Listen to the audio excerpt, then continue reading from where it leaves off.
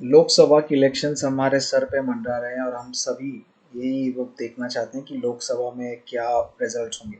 Well, results की speculation तो हर कोई किया है, बड़े बड़े एजेंसीज कर रहे हैं, बड़े बड़े सेफोलॉजिस्ट जो अपना ओपिनियन पोल और फिर जो उसको हम लोग प्री पोल सर्वे भी कर सकते हैं, उसके बाद एग्जिट पोल भी करेंगे। बट उसमें मैं नहीं जाऊंगा। बट मैं क्योंकि बंगाल से हूँ तो मैं डेफिनेटली ये आलोचना ज़रूर करूँगा कि इस बार बंगाल की पॉलिटिक्स में क्या इफेक्ट हुआ, क्योंकि अगर आप देखोगे तो कुछ states apart from Uttar Pradesh, Maharashtra और बिहार, उसको छोड़ के आप देखोगे तो definitely without disrespecting any state, Bengal की politics for the last few years news में हमेशा रहा है, because of violence, because of political instability. At least जो uh, लोगों को समझ में आता है, क्योंकि इसकी काउंटर आर्गुमेंट आ सकता है कि तृणमूल कांग्रेस पावर में बहुत सालों से, मतलब they have been there in power from 2011 और ये 13th ईयर हो चुका है उनका। उसके पहले communist were there in power 34 years. But वो बात इम्पोर्टेंट नहीं है। इम्पोर्टेंट ये है कि किस तरीके का पॉलिटिकल माहौल है इस बार। आई मीन बीजेपी की 400 पार या फिर उससे भी ज़्यादा जो एनडीए अलायंस की जो बात है, बीजेपी कह रही है कि एनडीए अलायंस 400 पार करेगी और बीजेपी को अकेला 370 के ऊपर मिलेगा।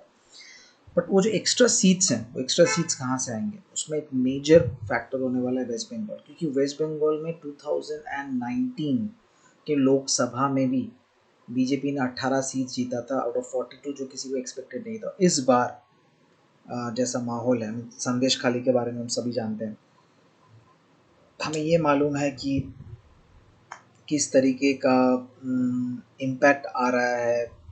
जो पॉलिटिकल सिचुएशन है बंगाल में, जब एक एंटी इनकम्बेंसी तो रहती ही है, फिर करप्शन स्कैंडल्स जो बीजेपी ने तृणमूल के खिलाफ लाया है, तो कुछ जो इम्पोर्टेंट सीट्स है, जैसे कि फॉर्मर कैलकाटा हाई कोर्ट के जो चीफ जस्टिस हैं अभिजीत गांगुली, उन्होंने बीजेपी ज्वाइन किया है, जिस सीट से तृणमूल के एक युवा नेता देवांशु भट्टाचार्य वो खड़े हुए। वो सीट में काफ़ी ज़बरदस्त फाइट होने वाला है।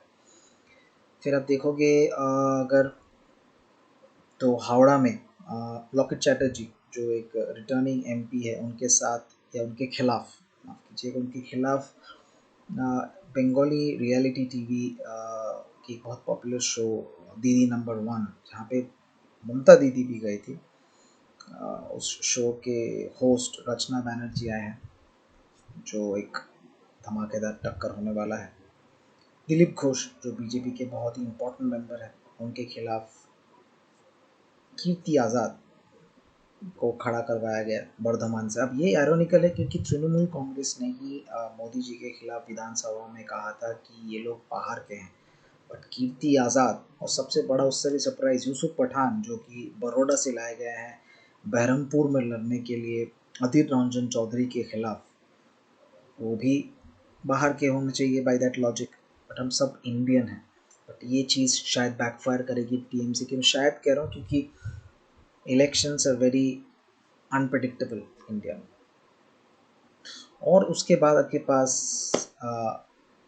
घटाल जो एरिया है, जो पूर्व मिदनापुर में, उसमें दीपक अधिकारी जो कि रिटर्निंग एमपी है और बंगाली मूवी इंडस्ट्री के बड़े स्टार भी हैं, उनके खिलाफ और एक बंगाली मूवी स्टार बीजेपी का हिरन चैटर्जी को खड़ा करवाया गया। बट उस सीट में भी शायद दीपक अधिकारी या देव का एक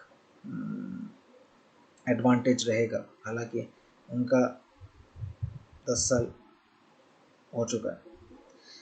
तो ये हम कह सकते हैं कि अगर ओवरऑल ये जो देखा जाए कि जो सिचुएशन तैयार हो रहा है बाई इलेक्शंस को छोड़ के, जो वो भी है जिसमें बीजेपी के कैंडिडेट सजल घोष हैं, उसको छोड़ के अगर देखा जाए और अगर प्रिडिक्शन पे जाया जाए तो 25 से 26 बीजेपी के लिए कहा जा रहा है बाई मेनी मीडिया एजेंसीज। अब रियलिटी में क्या होगा वो पता नहीं, क्योंकि इन सभी सीट्स के बावजूद सबसे इम्पोर्टेंट सीट है जिसमें अभिषेक बैनर्जी जो ममता बनर्जी के नेफ्यू हैं, वो डायमंड हार्बर से खड़े हो रहे हैं। बट उनके खिलाफ बीजेपी के कैंडिडेट छोड़ के आईएसएफ जो और एक पार्टी है, वहाँ से अगर नौशाद सिद्दीकी खड़े होते हैं तो आई थिंक वो बहुत इंपॉर्टेंट एक बैटल होने वाला है, लाइक सिंगोड नंदीग्राम एरिया में जो शुभेंदु अधिकारी और ममता बनर्जी के बीच में हुआ था 2021 के विधानसभा वोट में, जिसमें Mamata Banerjee for the first time in life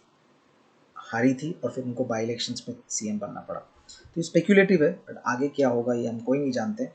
but in सारे चीज़ों के लिए और रोचक चीज़ जानने के लिए stay tune to this channel. Thank you.